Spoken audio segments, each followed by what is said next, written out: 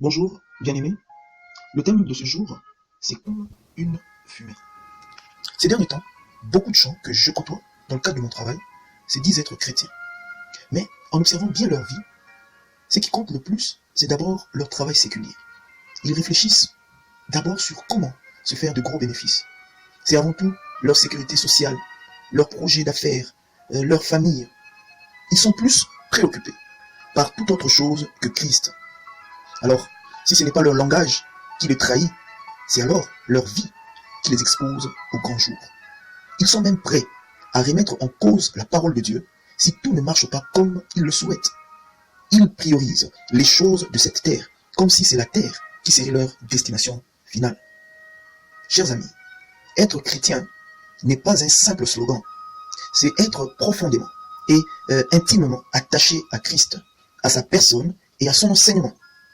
C'est toute une vie, mais eux, ils croient en Dieu d'abord pour ce qu'ils doivent vivre sur cette terre, pour ce que la vie ici-bas leur offre en termes de gains, de biens matériels, des possessions.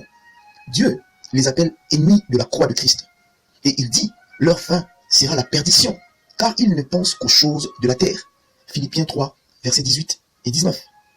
Ça ne s'arrête pas ici-bas, très cher bien-aimé. Paul dit, si c'est dans cette vie seulement que nous espérons en Christ, nous sommes les plus malheureux de tous les hommes. Il y a une vie bien meilleure après cette vie ci-bas. Penses-tu être heureux seulement parce que tu as réussi dans le monde des affaires? Penses-tu être heureux seulement parce que tu gagnes bien ta vie?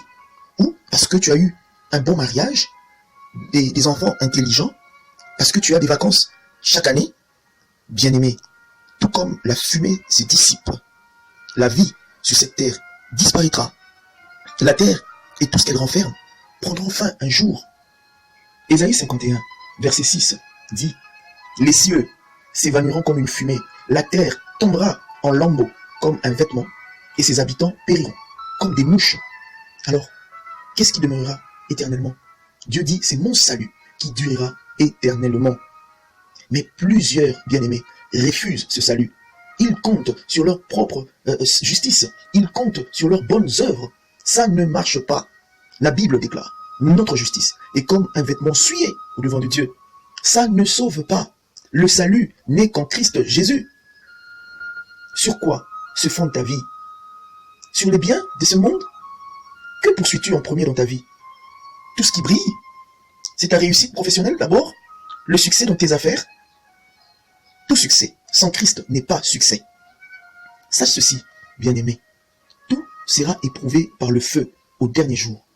Car c'est le feu qui révèle la vraie nature de tout ce qui perdure. Et si par mésaventure, ta vie est bâtie sur toute autre chose que Christ, alors le feu consumera tout sur son passage.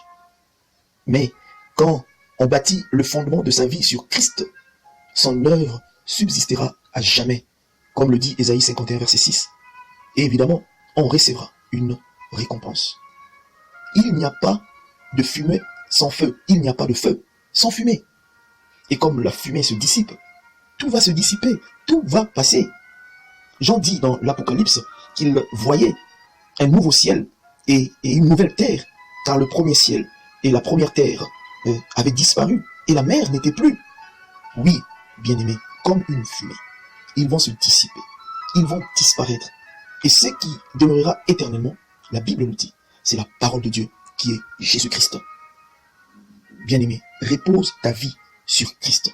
N'attends pas demain. C'est maintenant et aujourd'hui le temps ou le jour de ton salut. Crois au Seigneur Jésus-Christ et tu seras sauvé. Que Dieu vous bénisse abondamment.